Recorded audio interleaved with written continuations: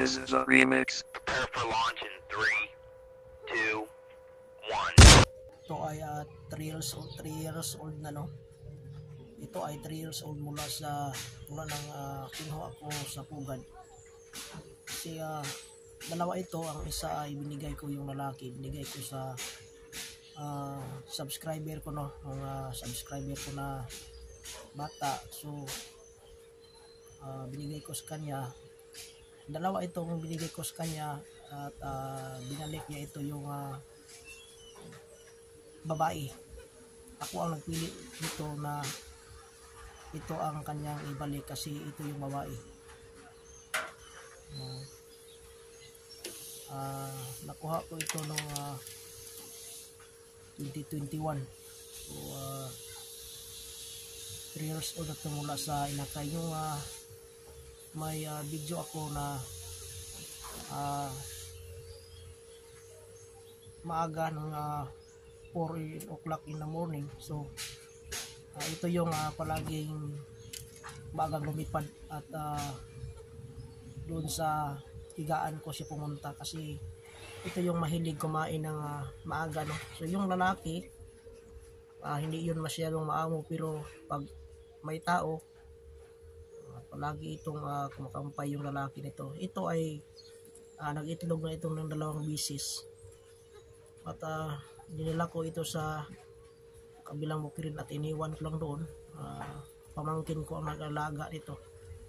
So kinuha ko siya ulit, no, kasi nung nag-hunt ako noon sa kabilang bukirin namin, so ito ang dinala ko. Ang nangyari ay natakot sa isang manatad na dumaan, kaya hindi na humuni sa gubat. Ito ay may video ako noon na ito ang dalawa silang inakay nakuha sa pugad. Ito yung nahulog sa pugad. Yung lalaki naman na iwan na kinuha ko ay nandoon sa kaibigan ko ng subscriber. Ito yung babae. Ito yung natirang babae sa limukon ko na dati kong inakay. So maraming mga inakay na ganito at binigay ko kay sa kapatid ko ng iba, no, ang iba naman sa mga kaibigan ko. So ito lang ang natira kong inakay. Ito ay nakawala noong araw at akala ko hindi na bubalik dito sa bahay, at pagkalipas ng 2 oras ay bumalik siya, no. So, hindi siya bumaba kasi natatakot siya sa mga alaga ko, mga limukon dito. Kasi ito ay hindi sanay sa ibon, so sanay ito sa tao, no. So kinuha ko lang to sa isang puno pagdating ng mga 5 PM ay hindi na siya bumaba dahil natatakot ka sa mga ibang ibon nito. Ngayon ay hindi ko na to isa pakawalan kasi lagay ko na ulit ito sa isang tulungan. 3 years old na to ang paa.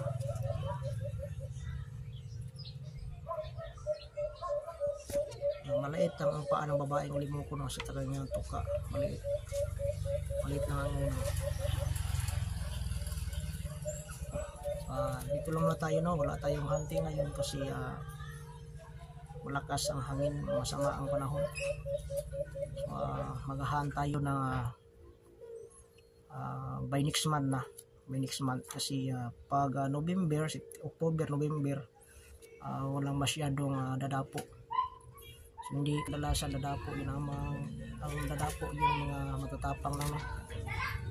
Ngayon ay update lang tayo sa mga laga, no? Kailangan kayong mayroon kayong inakay. Maganda itong pang train sa mga bagong under training, no? Kasi ito yung mga inakay, madali ito mag-ibor pagkakita ng mga under training.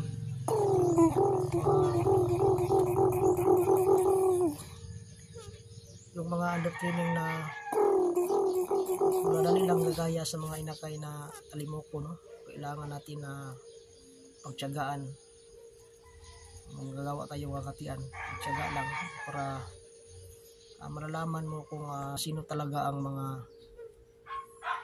ibon na magandang gawing pangati. So kadalasan ay ginawa ko yung mag-pair, so, yung babae lalaki at sa babae lalaki. So kung sinong magaling sa pugad at sa imbor, yun yung ginagawa kong undertraining kahit na babae. Kasi may mga babae na matagal sila sa hunting. May mga babae rin na magaling sa hunting, no? Yun, hindi na humuni. At saka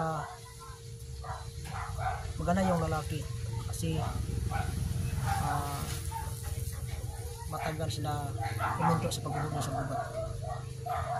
Mga babae naman yung magaling sa hunting, halos 2 beses walang masit up.